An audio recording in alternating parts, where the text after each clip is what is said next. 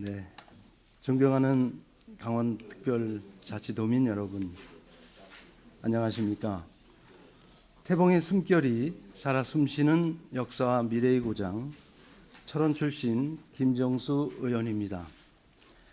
오늘 소중한 도정 질문의 기회를 주신 존경하는 박윤미 부의장님과 선배 동료 의원 여러분께 깊은 감사 인사를 올립니다.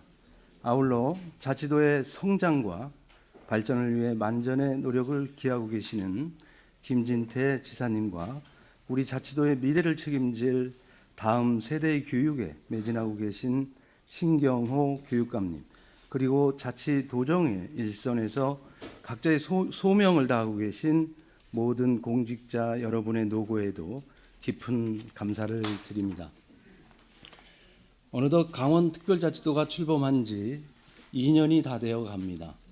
각종 규제와 제한 속에 묶여있던 우리 강원도가 세계 속에 미래산업 글로벌 도시로 나갈 수 있는 초석이 마련되고 차근차근 쌓아가고 있습니다.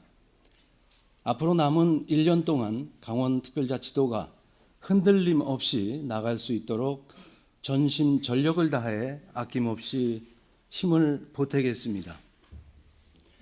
강원특별자치도의 성장과 우리 강원 경제의 지속적인 번영과 강원도민의 무한한 행복이 실현되기를 기대하면서 오늘 저의 도정 질문을 시작하겠습니다.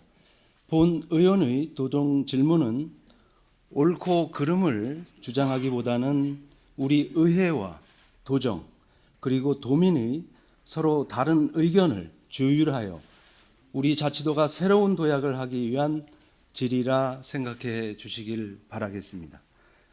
우선 먼저 쌀 재고 처리와 축산 악취 문제에 대해 질문 드리겠습니다. 석성균 농정국장님 발언대로 나와 주시기 바랍니다.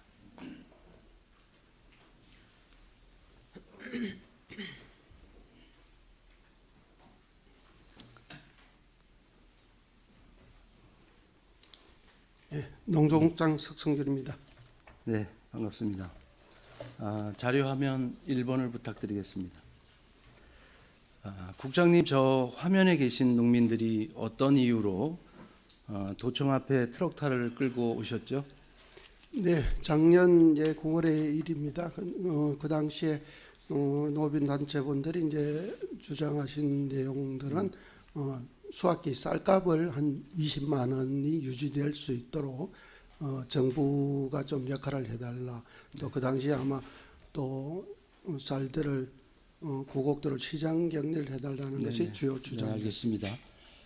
그렇습니다. 쌀값 하락과 재고미 증가에 따른 대책을 요청하고자 트럭타를 끌고 왔습니다. 본 의원은 쌀 의무 수입 제도를 철회하자거나 부정하지는 않습니다. 다만 몇 년째 쌀 소비량 감소만을 언급하며 대안을 마련하지 못하는 정책이 아쉬워서 이렇게 말씀을 드리는 겁니다. 국장님, 그 다음 화면 보여주세요. 국장님, 연례 반복적으로 쌀 재고 관련 언론 보도가 나오는 것을 알고 계시죠? 네, 알고 있습니다. 네, 쌀 재고량이 넘쳐나서 지역 농협들은 매년 막심한 손해를 입고 있습니다. 네, 그렇죠. 도정과 집행부에서 특단의 대책을 내놓지 못하는 사이에 농협에서는 손해를 감수하고 매년 쌀을 매입하고 있는 거 아시죠? 네. 혹시 국장님 철원군에 있는 4개 농협의 3년간의 적자 폭을 혹시 알고 계시나요? 예, 구체적인 수치는 제가 이제 파악은 안 하고 있습니다만은 4개 농협 RPC에서 농가로부터 이제 구입해서 하다 보면은 손실이 쌀 부분에 있어서는 손실이 나고 있는 것은 알고 있습니다. 그거를 막아주기 위해서 우리 철원군에서는 매년 30억씩 4개 농협에 나눠서 이렇게 주는데도 불구하고 4개 농협이 쌀로 인해서 그 적자를 보는 것이 한 100억 원이 넘는다고 해요. 그러니까 이것을 계속 그 반복적으로 이렇게 하면 군도 지자체도 그렇고 농협도 나중에는 이게 피로감이 생겨가지고 어찌할 수 없는 상황이 된다는 거죠. 그렇기 때문에 이거를 좀 사전에 예방할 그런 대책이 좀 있어야 되겠다고 생각하는데 국장님 어떻게 생각하십니까? 예. 뭐 결국은 이제 저런 지역에 이제 생산되는 쌀의 양을 이제 줄여야 하는 것이 이제 관건인 것 같습니다. 일단은 면적을 줄이려는 생산량을 줄이려는 노력이 필요하고요. 그다음에 생산된 이후에는 어떤 유통이나 뭐 소비 촉진이나 홍보 어떤 그런 쪽에 예산들이 투입이 돼서 어떤 뭐 수확기가 다가왔을 때 재고를 최대한 줄이는 것이 관건이 되겠습니다. 네네, 알겠습니다. 작년에 이천시가 경기도 이천시 농식품부로부터 우수 사례로 인정받아가지고 국회에서 발표한 거 알고 계시나요? 네, 알고 있습니다. 어떤 정책이었나요? 네, 경기도 이제 이천시 같은 경우는 뭐 과거부터 해서 임금님표 브랜드를 통해서 어떤 지속적으로 이제 사업을 하고 있습니다. 그렇게 해서 아마 농가분들이 생산된 것을 거의 다 이제 수매해서 농협에서 이제 판매를 하고 있고 행정에서도 조금 적극적으로 지원해 주는 게 있고 또 판촉 행사들도 하고 있는 걸로 알고 있습니다. 그러게요. 뭐 다양하게 했더라고요. 뭐 네, 그렇습니다. 정책이 뭐 그 우수 사례가 쌀밥데이도 있고 쌀 문화 축제도 있고 그 이천 쌀을 이용한 가공식품을 많이 출시했고 그렇게 했더라고요. 그리고 그 경기도에서 그 쌀 판매를 위해서 쌀 판매 지원 그 정책 중에서 그 250억 원을 그 지원해 주는 거는 알고 계시나요? 네, 경기도에서 아마 G마크 인증을 해서 경기 지역 내에 팔리는 거에 대해서는 인센티브를 하고 있는 게 있습니다. 그러게요. 그 경기도가 그렇게 쌀 지원 정책을 씀으로 해서 그 우리 강원도 쌀은 경쟁력에서 지금 밀린다고 생각을 하는데 그 부분에서는 어떻게 생각하십니까? 예, 그런 부분은 저희들이 주로 특히 이제 철원 지역 같은 경우는 주요 타겟 시장을 서울하고 경기로 나가야 되는데 경기 지역에서 이제 차액 지원이나 하다 보니까 조금 경기 시장을 뚫고 들어가는데 좀 애로사항은 있는 것 같습니다. 네, 알겠습니다. 다음 화면 보여주십시오. 그 우리 자치도도 쌀 소비 정책을 하고 계시죠? 네, 그렇습니다. 어떤 것이 있습니까? 예, 저희들 도에서는 뭐 시군과 함께 이제 홍보 마케팅 하는 예산도 있고요. 농협 지역본부를 통해서 또 온라인 판매 그런 것도 지원하고 있습니다. 그리고 또 대형 유통업체에 납품을 하게 되는 경우에 이제 지원 차원에서 차액 지원하는 것하고 네네. 최근 작년부터 이제 하고 있는 것 중에서는 대학생들을 위한 1,000원의 아침밥 사업들을 추진을 하고 있습니다. 그러게요. 지금 말씀하신 그 강원 농협본부에서 그 도내 대학들과 함께 아침밥 먹기, 뭐 1,000원의 아침밥, 그 여러 가지 그 정책 사업을 추진하고 있습니다. 홍보도 잘 되고 그 반응도 굉장히 좋은데 지금 보시면은 그 23년에 11억에서 지금 24년, 25년에 그 매년 그 예산이 절반으로 떨어져서 같이 이렇게 예산을 지원하고 있는데 이런 것이 사업이 정책이 좋음에도 불구하고 이렇게 하니까 어렵지 않습니까? 네, 아마 도비 부분만 이제 봤을 때는 그렇게 이제 줄어드는 거로 보입니다만은 1,000원의 아침밥 같은 경우는 이제 국비는 바로 이제 지원이 되다 보니까 저희들 이제 예산의 편성이 안 된 부분들이 있어서 좀 적게 보일 수도 있습니다. 네, 하여간 그렇습니다. 이 관련 사업들이 예산을 투입하는 비용에 비해 실적이 좋지 못했다면 본 의원도 오늘 이 자리에서 언급을 하지 않았을 텐데 행사에 참여한 업체나 도민들에게 좋은 평가를 받은 건 사실이죠. 네, 그렇습니다. 그렇죠. 그러면은 이 계속 삭감되는 이 예산을 앞으로 어떻게 해야 되겠다고 생각을 하십니까? 아마 저희들 주요 이제 시장에 대한 어떤 뭐 홍보 마케팅이나 또 소비 촉진 비용들을 또 많이 확보해서 시군 단위의 어떤 농협 단위의 이제 활동들을 진작을 해야 될 걸 보고 있습니다. 그러게요. 우리 그 강원도는 뭐 관광에 포커스가 맞춰서 많이 이렇게 그 정책을 하고 있는데 그 쌀 부분에서만큼은 그렇게 그 시급하지 않다. 우리 유일하게 이제 18개 시군 중에서 그 워낙에 그 쌀 부분에서는 철원이 많이 그 포지션을 차지하고 있다 보니까 이렇게 좀 그 우리 도에서 조금 미온적으로 대치하지 않느냐 이런 생각을 제가 지울 수가 없어요.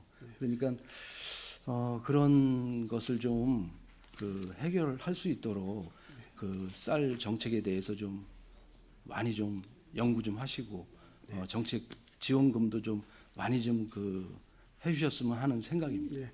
지금 전체적으로 보면 철원군이 도내 쌀 재배 면적이라든가 생산량이 한 3분의 1 정도를 그죠. 차지하고 있습니다. 거기에 걸맞게 예산이 지원이 될 수 있도록 노력하도록 하겠습니다. 네, 알겠습니다. 이건 믿겠습니다. 그렇게 꼭 해주세요. 시대의 흐름이 주식인 쌀을 그 먹지 않는다고 하지만 가공식품 시장은 오히려 큰 폭으로 성장했습니다.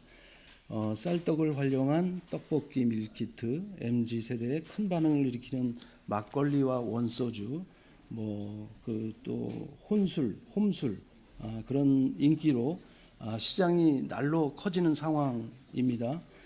우리 도의 정책은 되려 퇴보하는 게 아닌가 그런 우려가 있습니다. 우리 도의 정책에 대해서 한번 말씀해 주시고요. 예, 저희들 아마 최근에 쌀 어쨌든 1인 가구라든가 또 맞벌이 가구 중심으로 인해서 쌀 가공품에 대한 수요들은 늘어나고 있습니다. 늘어나고 있어서 저희들이 딱 그 어떤 특정 사업으로 해서 사업은 부기명으로 해서 사업은 안 하고 있습니다만은 각 부서에서 가공 관련 사업들을 또 업체나 농가들에 이제 지원이 되도록 하고는 있습니다. 네네. 하여간 정부도 그 2028년까지 17조 원으로 규모를 늘린다고 하고 쌀 수출 분야도 4억 달러로 확대한다고 발표를 했습니다. 쌀 가공 산업도 2018년 6조 3천억 원에서 22년 8조 4천억 원으로 33%나 성장을 했습니다. 자료 화면을 한번 네.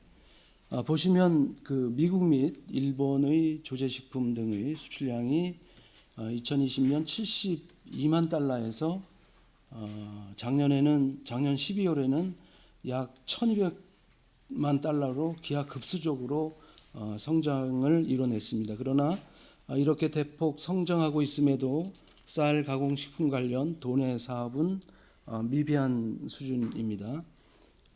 산지 저장과 뭐 1차 산업에만 많이 집중하고 있는 것 같은데 이 가공 그 2차 가공 산업에 대해서 좀 집행부가 좀 많은 것을 연구하고 많은 정책을 좀 내놓아야 될 것이라고 생각을 하는데 거기에 대한 답변을 한번 해주시기 바랍니다. 네, 최근에 보면 쌀 이제 가공품들의 이제 수출량이 좀 늘어나고 있습니다. 이제 도내에도 뭐 쌀로 이제 수출되는 것이 한 300톤 정도 나왔고요. 그다음에 가공품도 뭐 쌀 호떡이라든가 식혜, 노량지 등이 가공 제품으로 돼서 나가고 있다는 말씀을 드립니다. 그리고 각가의 저희들 농정국에 보면은 뭐 농촌 이제 융복합 사업이라든가 농촌 자원 복합 사업이라든가 또 농산물 유통가의 농식품 산업 또 가공 산업 부분에 있어서 사업을 선정하는 과정에서 그러한 수요들이 있으면은 많이 수용을 하는 방향으로. 네, 알겠습니다. 2차 가공 산업에 대해서 좀 집중적으로 좀 정책을 발굴하고 또 연구하고 이렇게 해주시기 바랍니다. 도내 기관에 대해서 한번 그 작년도에 도내기관 구내식당 쌀 소비를 파악을 해봤습니다. 그래서 작년 집행부의 요청에서 산하기관 구내식당 도내쌀 사용량을 점검을 했는데 그것으로 인해서 그 사용하지 않던 그 구내식당에서 쌀을 많이 지금 사용하고 있는 줄 알고 있습니다. 그러나 그 뭐 여성 수련원을 포함한 일부 기관에서는 타시소 쌀을 아직도 사용하고 있는 이런 안타까운 현실입니다. 도내 그 도가 이렇게 도내 기관들이 이런 쌀을 이 어려운 지금 이런 상황에서 그 사용해 주시지 않는다면은 뭐 타 시군이 사용해 주나요?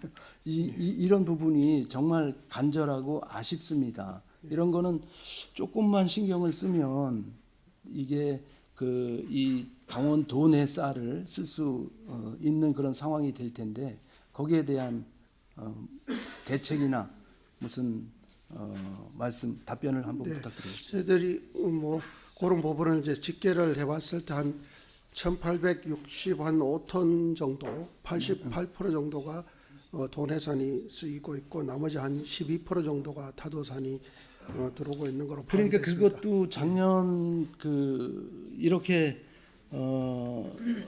쌀에 대한 이 저것을 하고 발표를 하고 이러니까 네, 이제 네, 그게 그렇습니다. 바뀐 거죠. 네, 그 전에는 그렇게 해서, 몇 프로 써였나요?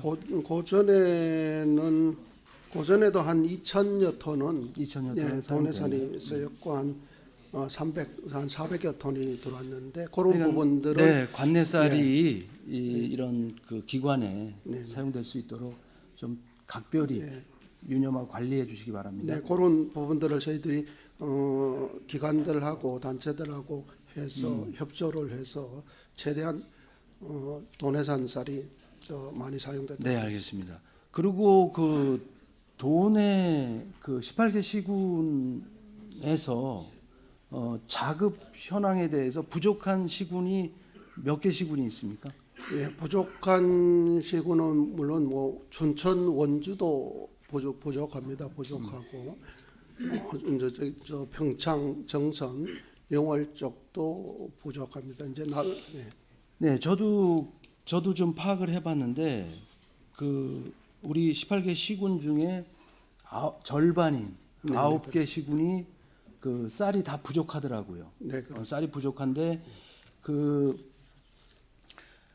적게는 1,000톤에서 많게는 10,000톤까지 부족하더라고요. 이 지금 춘천시가 10,000톤이 부족한데 그 쌀을 우리 관내에서 그 많이 생산되는 뭐 철원, 고성, 횡성 이런 데서 그 쌀을 좀 사용해 주면 이 쌀 문제가 좀 해결이 될 거라고 생각을 하는데 국장님 어떻게 생각하십니까? 이제 그런 부분들은 뭐 어제 오늘의 얘기는 아니고요. 그런 부분들이 있어서 지역 내에 조합장님들끼리 하나로마트에 입점하는 거나 그런 것들은 지속적으로 협조를 해 주시고 있는 것 같습니다. 그렇지만 다만 이제 민간에서 하는 외식업체나 이런 데는 협조하기가 그런 부분들이 있어서 저희들이 이제 대량으로 납품할 수 있는 데는 이제 차액 지원하는 방식으로 하는데 그런 부분들의 어떤 영내에 유통되는데 인센티브를 좀 늘리는 게 조설에도 좀 이 우리 그 강원도 쌀이 좀 들어갈 수 있도록 그런 정책을 좀 펴주시기 바랍니다. 네, 더 정책을 더 개발하도록. 네, 개발 좀 해주시기 바랍니다. 국장님도 잘 아시겠지만 한 나라의 식량 주권은 국방 외교에 못지않게 국가의 존립과 경쟁력의 필수 요건이라고 합니다.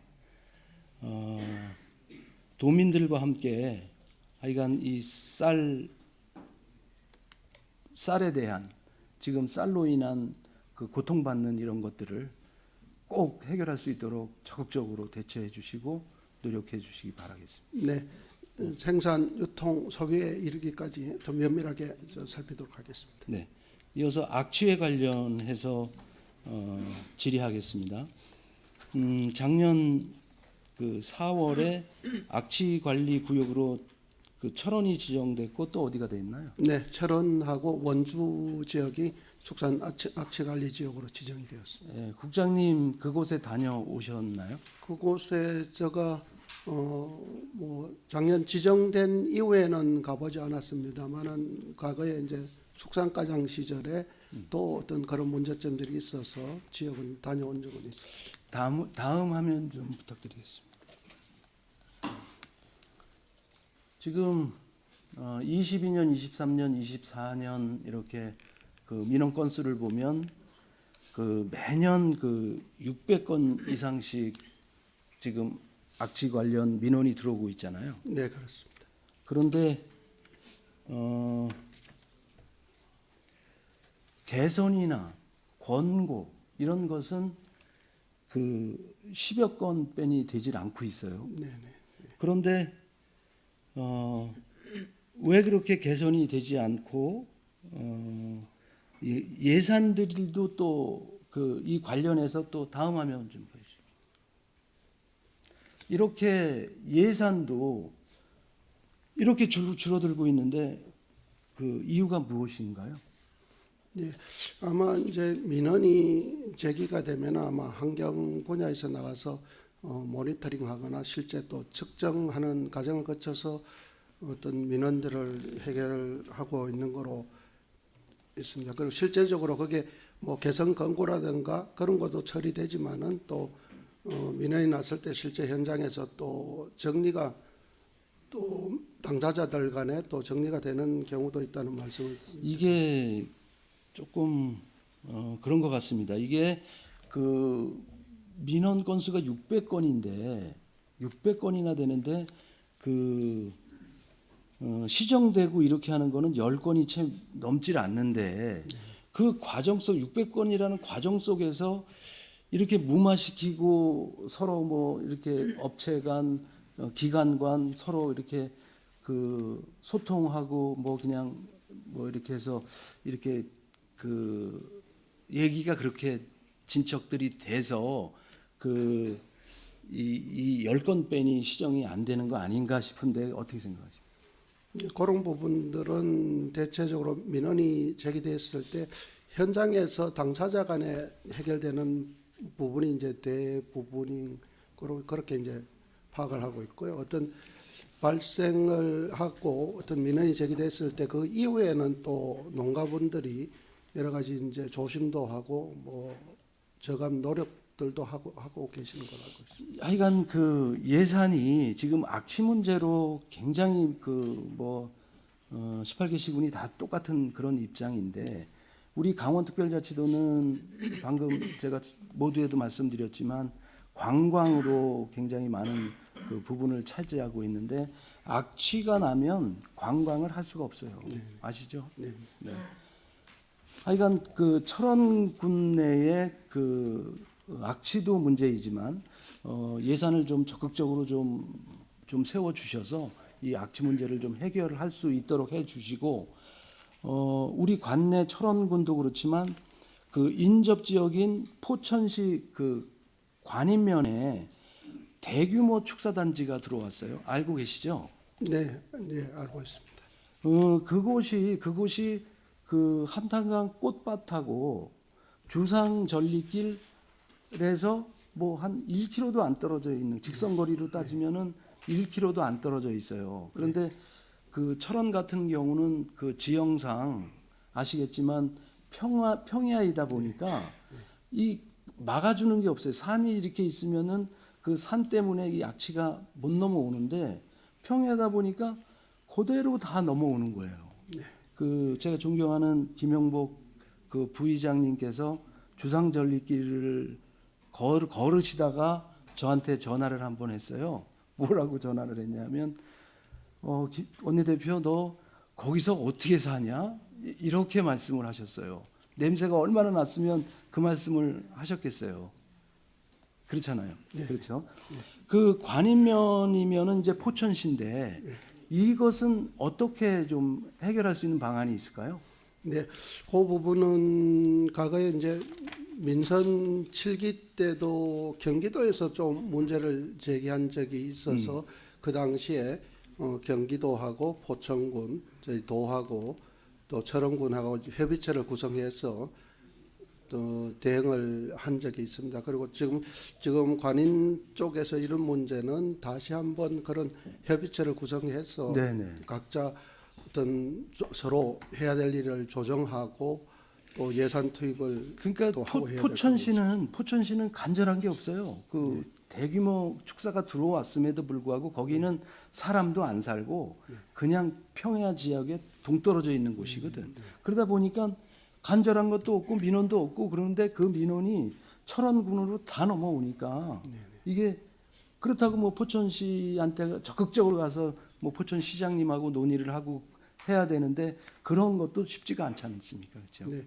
경기도 축산 분야 쪽하고 네. 네, 협의를 하도록 하겠습니다. 꼭 협의해서 이 지자체 간 서로 이 다투고 그걸로 인해서 사이가 안 좋아지고 이런 일이 없게 좀 미연에 방지해 주시기 바랍니다. 네, 그렇게 하겠습니다. 아이고, 하여간 장시간 고생하셨고요. 그 농정국장님께 그 산림 환경국 소관까지 이렇게 질의하게 돼서 미안하게 생각하고 장시간 성실한 답변 감사합니다. 돌아가셔도 되겠습니다.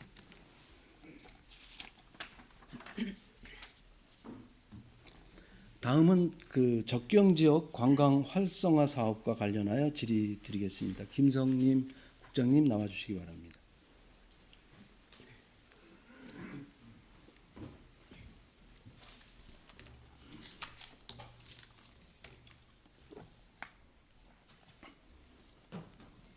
그 철원에 있는 그 평화문화광장 혹시 다녀오셨나요? 네, 한 열흘 전에 다녀왔습니다. 다녀오신 소감에 대해서 한번 말씀해 네, 주시기 그때 바랍니다. 철원군 관광부서 담당자하고 다녀왔는데요. 잘 아시지만은 평화문화관이 이제 핵심 주요 시설인데 네. 2층 전시실이 2개 있는데 위층 전시실에는 궁예 도성 모형을 하고 이 전시실에는 철원 군의 이제 홍보를 전시를 해놨더라고요. 네. 보면은 문화관의 그 당초 목적에 맞지 않게 전시물이 충실하지 못한 걸 좀 느꼈고요. 그래서 관광객들이 과연 민통선을 들어와서 긴 시간 동안 이 시설물을 보러 올 것인가 하는 의문점을 좀 찾았고요. 또 광장 역시 시설물들이 좀 잘 정비가 안 돼가지고 좀 의문점을 가졌습니다. 다만 좀 개선을 할 경우에 관광지로서 목적이 달성될 수 있을 것으로 좀 가능성을 찾아봤습니다. 하여간 뭐 지난 도정서 15년 전에 이것이 이제 사업이 그 시작되어서 완공을 해서 지금 15년이 지난 지금 그런 상황인 거죠. 근데 그때 그 예산이 얼마 들어갔는지 혹시 아시나요? 도비 200억하고 군비 63억에서 263억이 들어간 걸로 알고 있습니다. 그러게 그 263억이나 들여서 이 평화문화광장을 지었는데 지금 매년 또 도가 인건비로 그 2명의 인건비로 1억 3천만 원씩 계속 소비하고 있어요. 그분들은 뭐 그 청사 관리만 하고 뭐 특별히 하는 건 없더라고요. 그런데 이렇게 많은 예산이 투입되고도 하나도 사용 못하는 이런 것이 너무나도 지금 안타까운 상황입니다. 거기에 대해서 한번 한 말씀, 의견 한 말씀 해주십시오. 네, 그런 것 같습니다. 당초에 이제 활용을 하기 위해서 한 260억이라는 막대한 자금이 들어가서 투입은 됐지만은 실질적으로 사용 목적대로 사용이 안 돼서 좀 안타까운 느낌을 많이 받고 있습니다. 한번 자료화면 한번 보여주십시오. 네, 저렇게 지금 그냥 방치되어 있는 상황인 거죠, 그죠? 지금 현재 저런 상황이에요, 그죠? 예. 하여간 그 도민의 혈세로 지어진 막대한 263억이나 들여서 지어진 이런 평화문화광장이 저렇게 방치되고 있다는 것에 대한 너무 아쉬운 그런 상황입니다. 네. 영상을 하나 보시겠습니다. 강원도는 2년 전에 막대한 비용을 들여서 철원 비무장지대에 DMZ 평화문화광장을 조성했습니다. 하지만 찾아오는 사람이 없이 방치돼 애물단지로 전락할 우려가 있습니다. 출입 절차가 까다로운 데다 차별화된 프로그램도 없기 때문이라는 지적입니다. 김형면 기자가 보도합니다. 철원군 동성읍 강산리와 중강리 일대 26만여 제곱미터에 조성된 평화문화광장. 강원도가 262억 원이라는 막대한 예산을 들여 철책선 바로 앞에 만들어 놓은 이 광장은 그러나 지은 지 2년이 다 되도록 찾아오는 사람 없이 황량한 벌판으로 변하고 있습니다. 철원군이 위탁 관리를 맡은 지난해 1년 동안 이곳을 찾은 관광객은 모두 7,000명. 올 들어서도 5월까지 2,200명이 방문하는 데 그쳤습니다. 사람들이 외면하는 가장 큰 이유는 무엇보다 매력이 없다는 것입니다. 여행사에서 이런 운영 중인 그런 코스에 들어가 있지 않아서 접근도 불가능하고요. 또 사실은 그 안에 있는 여러 가지 기념관에 있는 전시 시설이나 이런 것들이 다른 유산 안보 자원과 지금 차별성도 없는 것들이 사실입니다. 강원도로부터 연간 1억 5천만 원의 운영비를 지원받고 있는 철원군은 지난해 배정받은 10억 원의 예산으로 시설 개선을 시도하고 있습니다. 지금은 잡초만 무성한 이 광장에 철원군은 앞으로 10억 원의 예산을 들여 꽃밭을 조성하는 등 대규모 조경 작업을 진행할 계획입니다.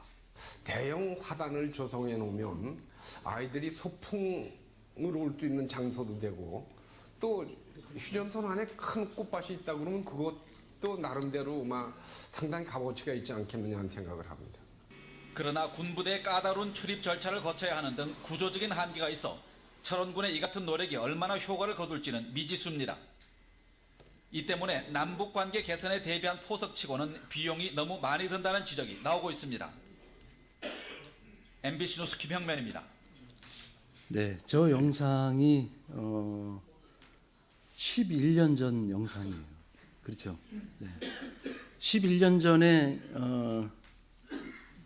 또 지금 그 이현종 군수님 전 정호조 군수님이셨는데 11년 전에 이제 저런 말씀을 하시고 했는데 지금 그렇게 하고 지금에까지 아무것도 해결된 게 없어요.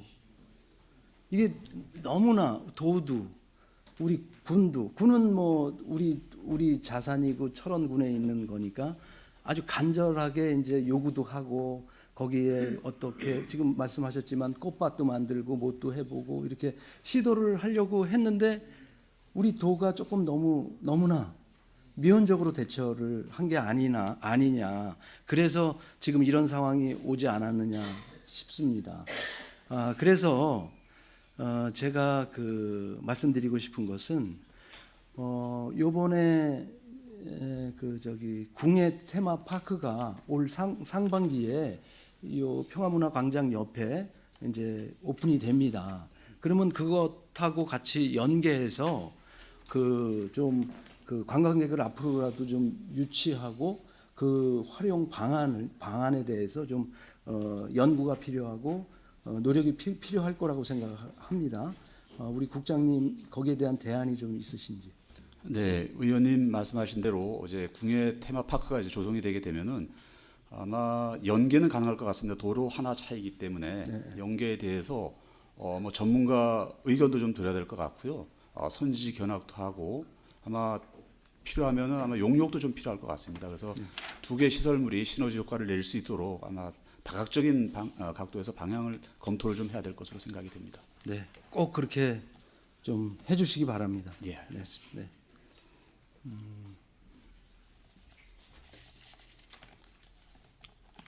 지금 그 우리 철원군에 희망이 전혀 없는 것은 아니에요. 지금 그 한탄강 꽃밭 주상절리길 이런 것으로 통해서 연간 뭐 무료까지 따지면 뭐 연간 한 700만 명이 다녀간다고 합니다. 그리고 그렇게 하고 접경지대에 화천, 인제, 고성도 접경 지역만의 특색으로 매년 관광객이 증가한다고 합니다. 하여간 철원군을 포함한 우리 접경 지역들이 그 체류용 관광이 간절합니다. 지금 그 체류하지 않고 우리 철원군 같은 경우는 그 경기도와 서울이 너무나도 가깝게 인접하다 보니까 왔다가 가기 바빠요. 그러면 그 사람들이 결과적으로 뭐만 남길까요? 쓰레기변이 남기는 게 없어요. 그리고 그 관광차로 이렇게 오다 보니까 음식도 다 싸와요. 음식도 다 싸우니까 철원군에서는 정말 쓰레기만 치우는, 이게 좀 너무 과하게 표현하는 건데, 쓰레기만 치우는 그런 지자체가 지자체로 전락할 수 있다라는 거죠. 그래서 그 체류형 관광을 하기 위해서는 우리 역사문화 광장에 우리 그 지사님께서 흔쾌히 큰 액수를 주셔서 미디어 파사드, 미디어 아트를 한 뭐 100억 원 뭐 이렇게 들여서 지금 시설을 합니다. 그러면은 그게 이제 야간 관광으로 이어져서 체류하게 되는 거죠.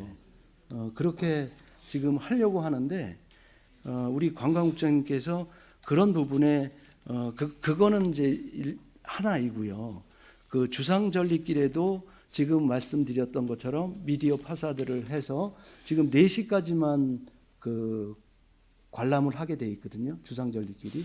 그런데 그 미디어 파사드나 이런 거를 추가해서 그 관광객을 그 오랫동안 잡아서 체류할 수 있게끔 이렇게 해야 된다고 생각을 하는데 그 국장님 의견을 한번 말씀해 주시죠. 네, 전반부의 의원님께서 지적해 주신 그 오버 투어리즘에 대해서는 아마 비단 철원뿐만이 아니라 우리 강원도 전역 더 나가서는 우리 전국 전체적인 현상이라고 생각이 됩니다. 그런 문제에 대해서는 곰곰이 좀 생각해야 될 것 같고요. 지금 철원군에 대해서 미디어 파사 같은 경우는 참 노동사 당사를 대상으로 하는 그런 그 작업으로 알고 있는데 이제 곧 시작이 되게 되면은 6월부터 아마 개장되는 걸로 알고 있습니다. 그러면 정말 그 경쟁력 있는 그러한 시설로 생각이 되고요. 때마침 저희가 2025, 2026 강원 방문회에 대해서 국내적으로 지금 다양한 홍보 활동을 전개하고 있습니다. 이 프로그램 역시 홍보 대상 목록에 넣어서 보다 많은 관광객들이 체류형 관광으로 머물 수 있도록 그렇게 다각적으로 노력을 해보겠습니다. 아유, 감사합니다. 꼭 그렇게 될 수 있도록 국장님께서 많은 신경을 써주시기 바랍니다. 네, 성실한 답변 감사드리고 자리로 돌아가셔도 되겠습니다.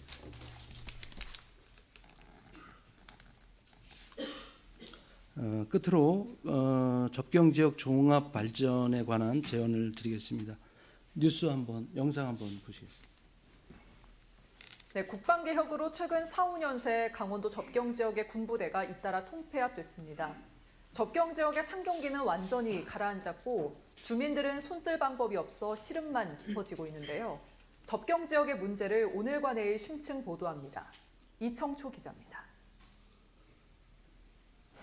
70년 가까이 중부전선을 지켜온 27사단 이기자 부대가 해체된 지 1년. 4천여 명의 군장병이 떠나자 주변 상가는 한 집 건너 한 집골로 문을 닫았습니다. 빈 상점을 지키는 건 임대 안내뿐입니다. 그리고 이제 가게를 내놔도 소비가 이제 안 되고 여기 부대가 나갔다는 사실을 누구나 다 알잖아요. 소비가 없으니까 들어오실 분이 없는 거죠. 부대 규모가 줄어든 또 다른 동네. 점심시간이 갓 지난 오후입니다. 군 장병은 물론 궂은 날씨 때문인지 주민들의 모습도 보이지 않습니다. 말 그대로 인적이 뚝 끊겼습니다. 군인용품을 파는 군장점은 아예 불을 꺼놨습니다. 지금 낮이라서 잠깐 껐어요. 그리고 또 사람이 언제 지금 훈련 기간이에요. 그래서 애들이 없으니까 이제 잠깐 껐어요. 타격을 입은 건 상권뿐만이 아닙니다. 장병과 주민들이 함께 이용하던 북카페는 이용객이 줄어 내년부터 무인으로 운영될 처지입니다. 예산 때문에 확실치는 않은데 미리 일자리를 구해보시는 게 어떨까요? 그러시더라고요. 그래서 앞이 캄캄했죠. 부대에서 제공하던 통학 차량도 사라져 학생들은 걸어서 택시를 타고 학교를 오가는 형편입니다. 거기 또 군인전 애들이 많았을 때. 그러니까 애들이 통학이 불편하니까 아침 등교 시간만. 부대에서 지원해줬는데 그게 지금 안 되죠. 결국 사람이 빠져나갑니다. 최근 5년 새 군부대가 사라진 사내면과 상서면 인구는 11% 넘게 줄었습니다. 화천군 평균을 크게 웃돕니다. 지금은 6시만 되면 암흑 시대예요. 마을이 전체가 다 6시 이후에는 이제 뭐 독신자 숙소에 계시는 간부님들을 빼고는 없어요. 2019년 국방개혁이 본격 추진되면서 군장병 2만 2천여 명이 강원도를 떠난 것으로 추정됩니다. 이 여파로 접경 지역의 지방 소멸 시기는 더욱 빠르게 흐르고 있습니다. KBS 뉴스 이청초입니다.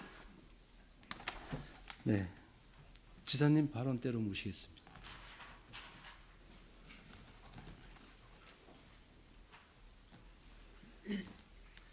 예, 김진태 지사입니다. 네. 지금 영상 보신 소감 한마디 해주십시오. 예, 좀 뭐 딱하고 좀 뭐 그런데요. 저게 저는 그런 솔직히 말씀드리면 접경 지역이라서만 지금 어려운 거는 좀 아니다. 서울 동대문의 상가, 뭐 두타 이런 데도 지금 다 비어가고 있습니다. 그래서 저거는 총체적으로 우리 범국가적인 문제다. 또 이렇게도 생각합니다. 네. 하여간 뭐 인구 소멸이고 지금 우리 18개 시군들이 다 같은 상황이긴 맞습니다. 그런데 특히나 접경 지역은 2030 작계 때문에 작전 계획 때문에 군부대가 너무나도 많이 빠져나갔어요. 네. 그러다 보니까 철원군은 지금 7,000명이 줄었고 얼마 전까지만 해도 그 인구가 4만 8천 명이었는데 지금 올해 4만 1,000명이 깨졌더라고요. 4만 1,000명이 깨진 것 같은데 뭐 화천 양구도 마찬가지고 지금 그렇게 그 절박함이 지금 우리 접경 지역에는 있다 이런 말씀을 드리고 싶습니다. 그러니까 우리 그 지사님께서 그런 부분에 좀 아픈 손가락 아닙니까, 그렇죠? 네, 좀 각별히 좀 돌봐주시기를 부탁드리겠습니다. 네, 물론입니다. 네. 다음 화면 한번 보시죠. 지금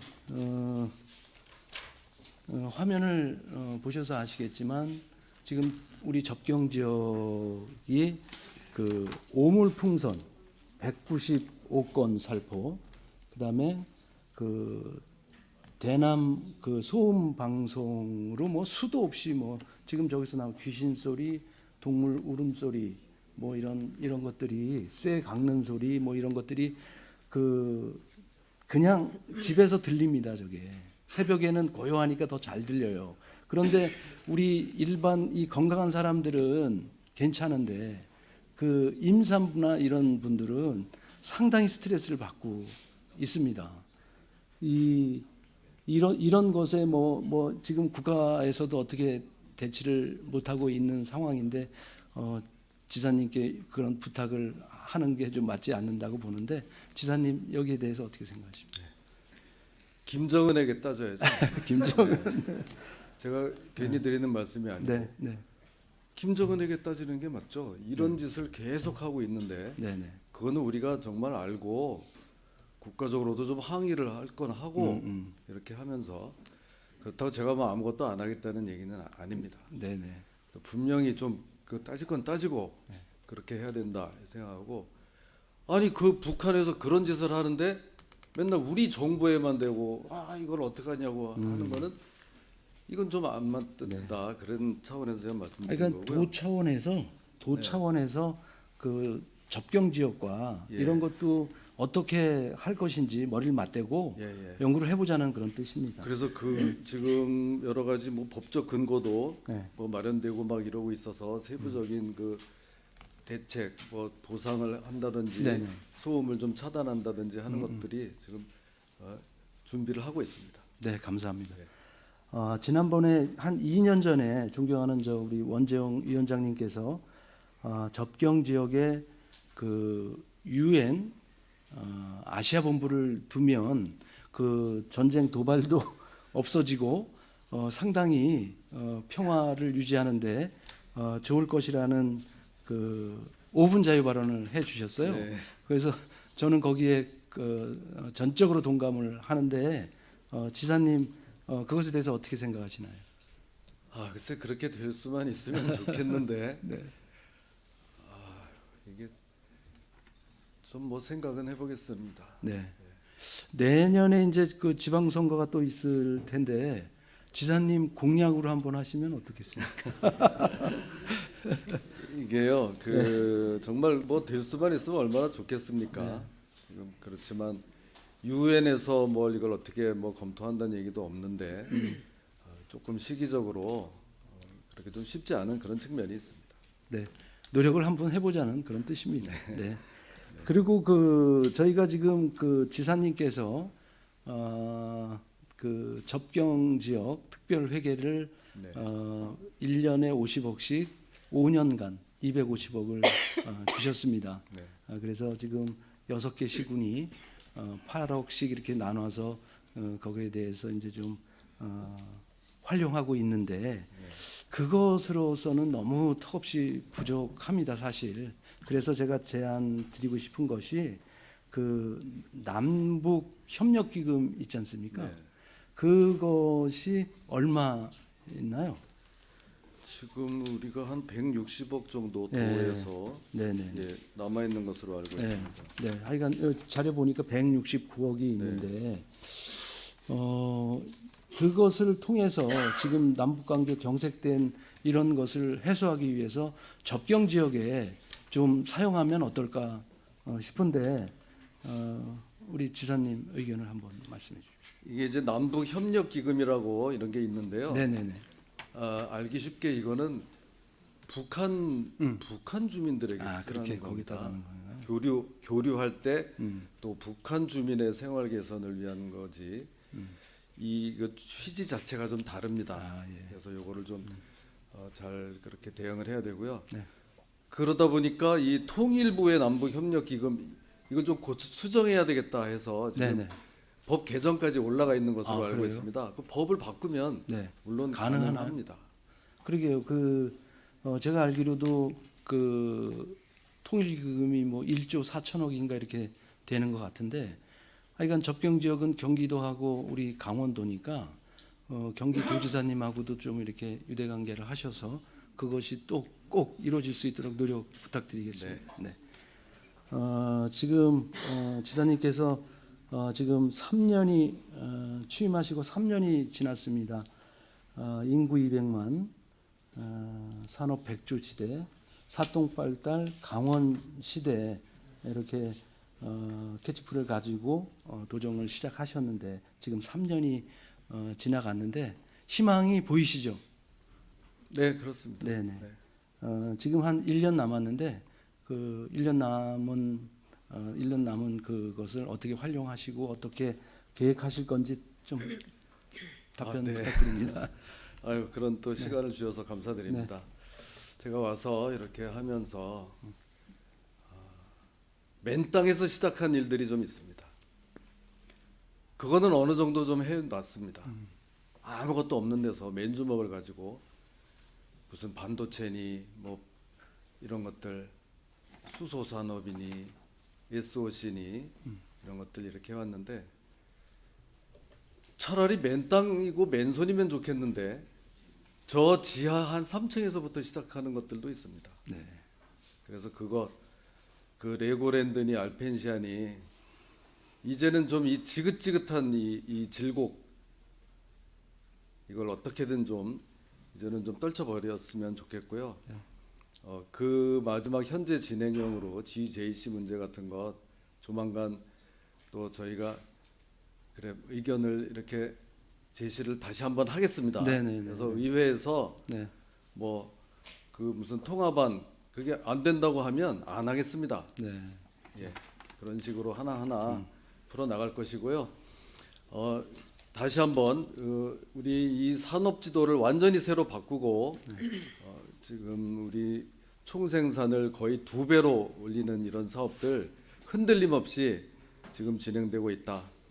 이렇게 말씀을 드리겠습니다. 네. 꼭 그렇게 해서 좋은 결과 있으시기를 바라겠습니다. 네. 네. 고맙습니다. 답변 감사합니다. 들어가시죠. 고맙습니다. 네, 존경하는 도민 여러분, 우리 접경 지역 주민들은 국가 안보를 위해 지난 70년 이상 희생하며 살아오셨습니다. 접경 지역 주민들은 거창하거나 원대한 걸 원하지 않으십니다. 다만 오랜 세월 많은 불편과 어려움을 묵묵히 감내하고 살아온 그들의 희생에 최소한의 배려라도 해주시기를 바라는 것입니다. 이제는 시대가 바뀌고 있으며 정부와 국방부도 변해야 하며 그들이 변할 수 있도록 노력해야 하는 것은 우리 도정의 역할일 것입니다. 희망의 땅에서 성장의 땅으로 변화될 수 있도록 지사님께서 남은 기간 지역 주민들의 목소리를 더욱 경청해 주실 것을 당부드립니다. 존경하는 도민 여러분, 박윤미 부의장님을 비롯한 선배 동료 의원 여러분, 오늘 제 도정 직문을 성실하게 답변해 주신 김진태 지사님을 비롯한 공직자 여러분, 너무 감사합니다. 오랜 시간 경청해 주셔서 감사합니다. 고맙습니다.